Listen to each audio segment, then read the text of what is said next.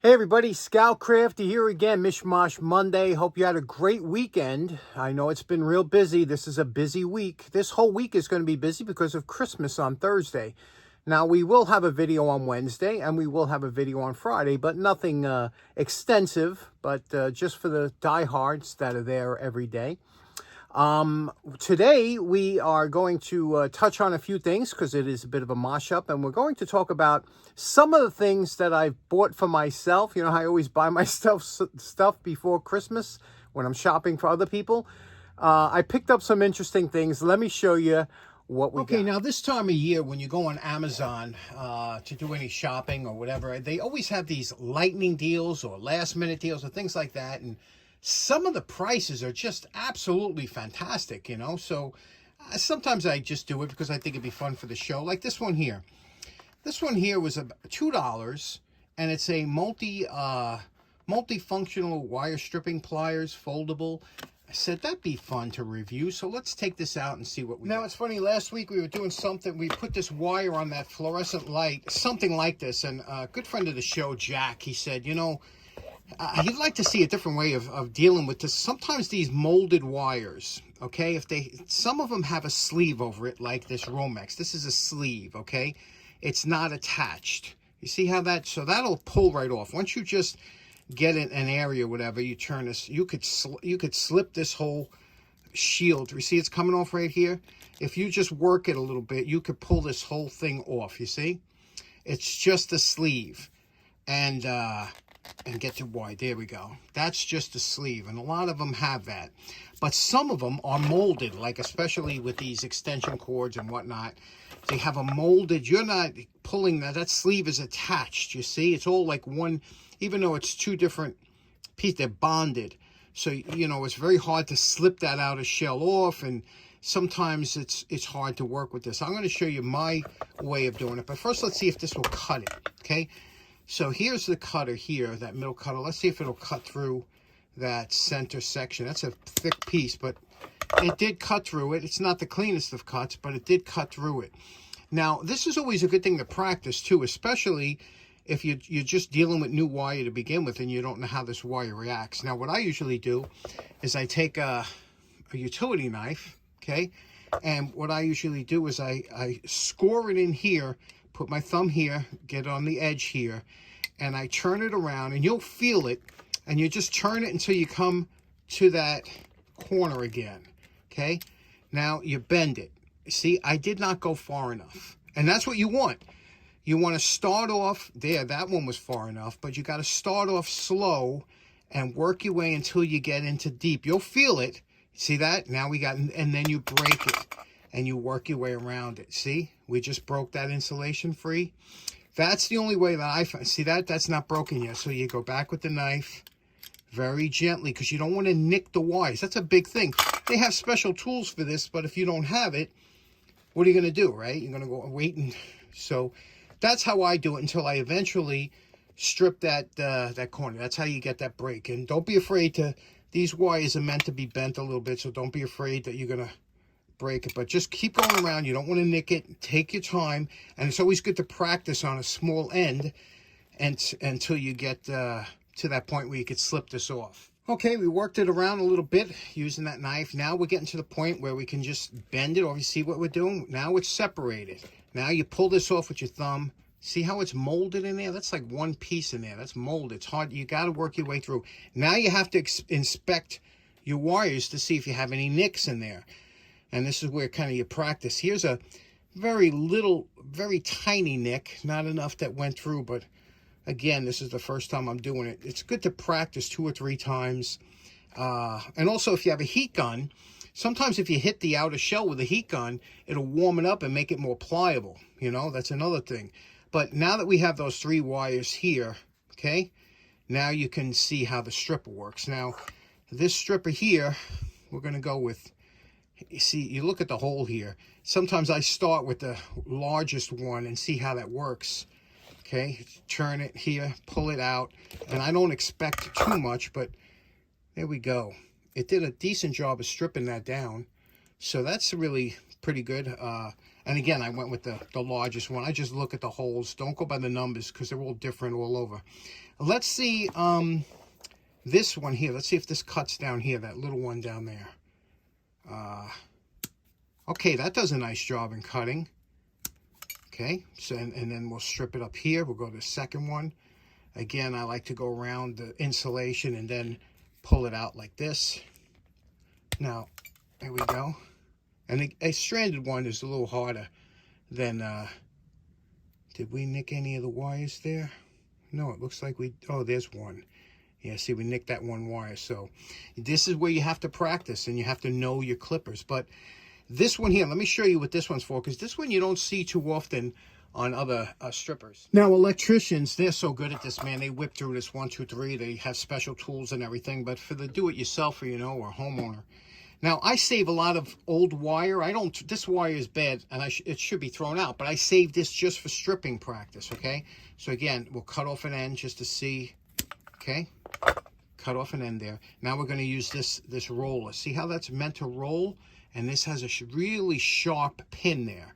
Now, if you put this in here like this, you just insert it a little bit into the jacket and pull it out. It should make a, yeah, you see what it did there? It cuts the jacket there like that so that you can peel it back. And there we go. You see that?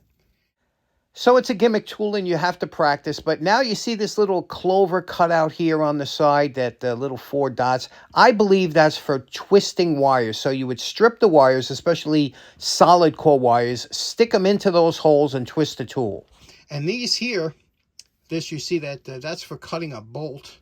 You know, a lot of times the threaded bolts that go into boxes and things like that, that will shear it off and give you a nice cut. But overall, I got to tell you, not bad for $2. I've seen a lot worse. Interesting. What do you think of this? You think this is a gimmick tool? You think you think it's worth the $2 or $3, whatever it was? Interesting, right? Okay, next up, do you know how we always buy these kind of assortments? This one says a machine nut assortment. They usually come in these little separator tray tins, and about that size, right? So when I saw this advertised on Amazon under the Lightning deal, now you can only buy one with the Lightning. That's where they get, you know, like you're only allowed to buy one. But it was like $2.30 for an assortment. I said, you know, I can always use hardware, put it on, add to cart. But look what they got. It's small. So when you see this little thing and it's blown up, it's hard to tell how big it is. You know, they don't have the scale, the reference to scale, because you're buying it by the pieces more or less. But these are stainless steel washers. But look at this little cute little, see, you're thinking it's that size, right?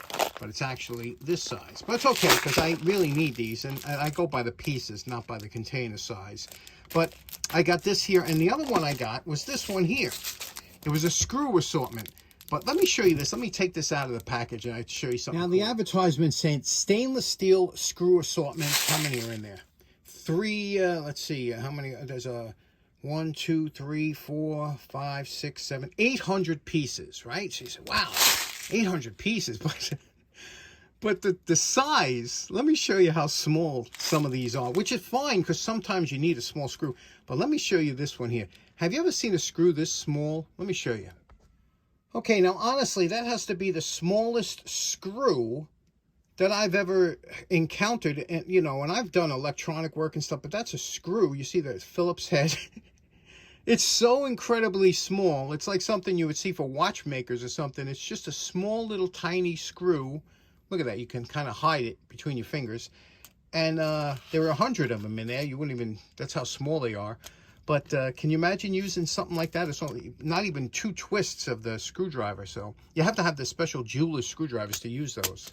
Interesting. Okay, next up, this was like $1.35 or something like that. $1.30. Think about that now. $1.35, right? I tried to order, I was going to order 20 of these. Again, they only let you order 1 because it's a special Lightning deal. I was going to give them away at Jacktown. Check this out. Look at this. It's a Stubby 1/4 inch ratchet, right? But check this quality out. Look at the chrome plating on here. It's beautiful. Absolutely flawless. It's just nice, small little handle. And listen to it. You hear that? Fine tooth. Now to check the tooth, what you do is you put a corner of your ratchet on facing something. I have it facing this bolt, and then you turn it and you count it and count every click until this corner, this next one, points to the same spot. Now, once you do that, this one here was 18 clicks. Okay, so 18 times 4. This is a 72 tooth ratchet. Absolutely smooth as can be. Nice, smooth this way. Really nice. And it's got the release, which I like. So this is really a great deal, huh? I wish I could have bought 20 of them. You know, at $1.25 each or something.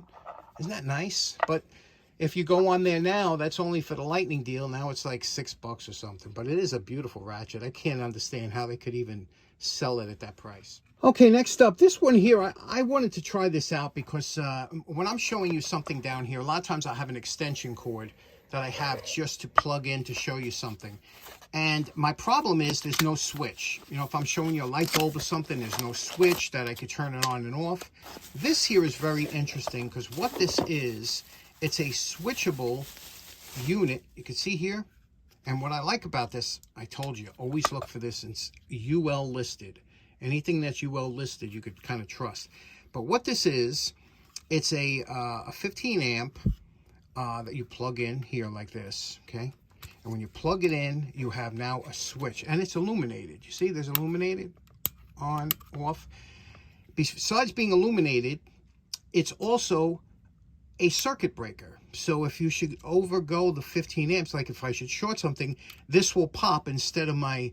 I don't like to pop my glass fuses because I don't have an unlimited supply. It's not like I have this on a circuit breaker. So this will go in between that. So isn't that cool? On, off, it plugs right in. The 3 of them, I'll have the price what I paid for the 3 of them. But I just thought it was great for down here. If you need to switch something and have your own protected circuit breaker right here. So let me show you what we're going to use. By the way, you can see here it has a, it also has the surge protection and the overload protection, which is nice. Okay, next thing, this wasn't on sale, but this is something that, you know, I'm a light bulb nut, right? And this is a decorative light bulb, uses 2 watts, and it's meant to look like kind of fireworks. They call it a FEIT, Electric makes this, Infinity 3D fireworks. And it's pretty interesting. I want to show you this. Pretty cool if you had a kind of an area in your house that you just wanted a lamp to put there that looks interesting. You don't want to touch, this is kind of a silvered outside. So if you kind of want to handle that with some paper towel or something, you don't want to put fingerprints on it. Let me show you what it looks like. Okay, there we go. I held it with paper towel. I didn't touch the outside putting fingerprints, but that's why we have in the switch here. Now let me show you what it looks like. I'm going to turn the switch on, and you could see that. Do you see that? It looks like, now you really don't get the true effect until the lights are off down here. So what do you say we turn the lights off and take a look at how cool this bulb looks? Okay, the lights are off. Let's turn this on. Okay, give it a second to adjust there. What do you think about that? Now, this isn't meant to illuminate anything, although it does illuminate a little bit, but this is mainly just as a decorative bulb. That's pretty interesting. I don't even know how they accomplished that. If there's more than one LED, I think there's one LED in there, but I don't know. That's pretty interesting, huh? Can you see that? I wonder how that is. It's picking up right. There we go. There's a good shot. That's kind of interesting, right? I don't know what that is. I don't know if you like light bulbs like me. It's a fun project. Okay, so in closing, I hope today's episode went by fast. That means I was doing my job.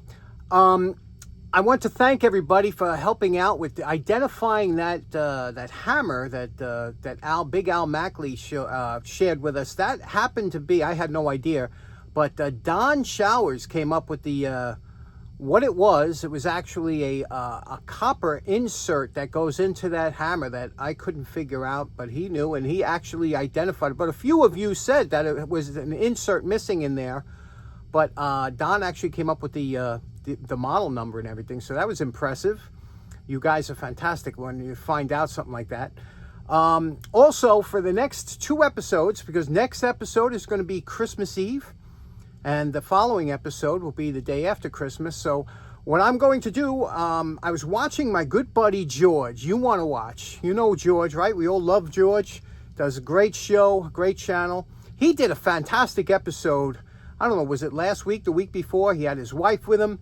Just a great episode. And George did a question and answer episode. So I wanted to do that. And I hope that the rest of you creators will do it too, because it really helped. I really enjoyed it, and it gave me new insights to George. So if you have a question, any question that you wanted to ask me it now, and over the next episode I'll try and get it to as many as I can. If there, maybe you're not interested in it, or maybe you have a question or something that you wanted to ask or know about or something, just ask, put it in the comments below.